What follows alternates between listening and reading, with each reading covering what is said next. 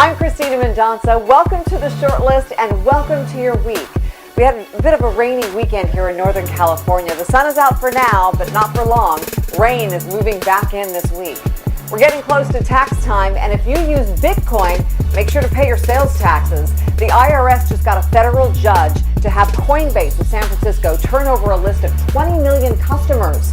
These are customers that all use Bitcoin, and the IRS is going to be going through that list to make sure everyone's paying their taxes. Did you see the LA Times article over the weekend about the state of Jefferson? This is 21 counties in Northern California. They say they aren't being represented in Sacramento. They want to secede from the state. Now, this movement's been going on for a while, but there's a new federal lawsuit they think might kickstart their efforts. Less Coke, more coffee. Coffee consumption is up to its highest level since 2012. 64% of Americans over the age of 18 say they have at least one cup of coffee a day. That's up from 62% just a few years ago. Now, this study was done by the National Coffee Association, so take it with a grain or a bean or something of salt. And this interesting story from the Stars and Stripes. Veterans with PTSD are getting help from ancient tales of Greek military heroes. A new class at the University of Vermont called Homer for Veterans is using the Iliad and Odyssey to help give vets meaning to their experiences. Stephanie Wabi took the class. She's an Army vet from Sacramento who served in Iraq and Afghanistan. In this class, you get to know each other. You don't have to say anything. You're not pressured. Eventually, you feel comfortable saying, hey, this particular scene made me think about when this happened to me coming back home. Wabi says the 2,800-year-old stories are familiar, watching friends die or readjusting to civilian life.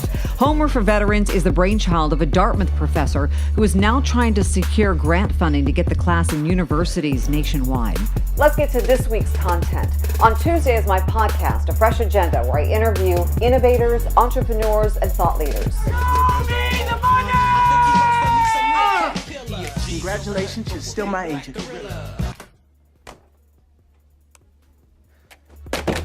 This week, the original super sports agent, Lee Steinberg. Tom Cruise used him in Jerry Maguire as his inspiration. Steinberg was a consultant on that film and a bunch of other films since then. We talk about how changing television habits are impacting the NFL, about the new wave of athletes and sports agents.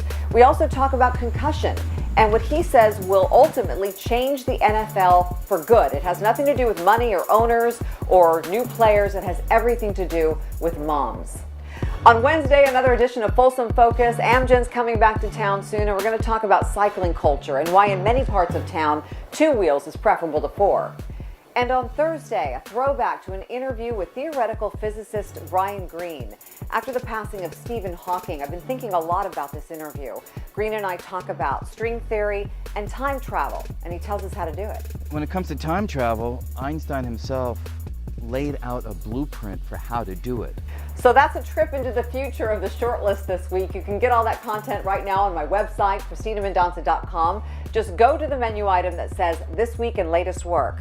All these stories will pop up in your socials as well. And while you're here, please subscribe to my YouTube channel. If you're watching this on Facebook, it'll be in the comments below. I'd love to have you along for the ride. I've got a lot of additional content that I'm posting there, including an interview with a former NFL player who's doing big things here in Northern California now. I'll be interviewing some major public policy players in the world of cannabis law and insurance. Oh, and this is a tease.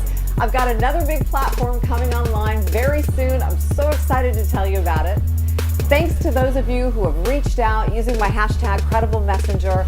I appreciate you, and you are worth every long day. This has been The Short List. I'm Christina Mendonça. Let's stay connected.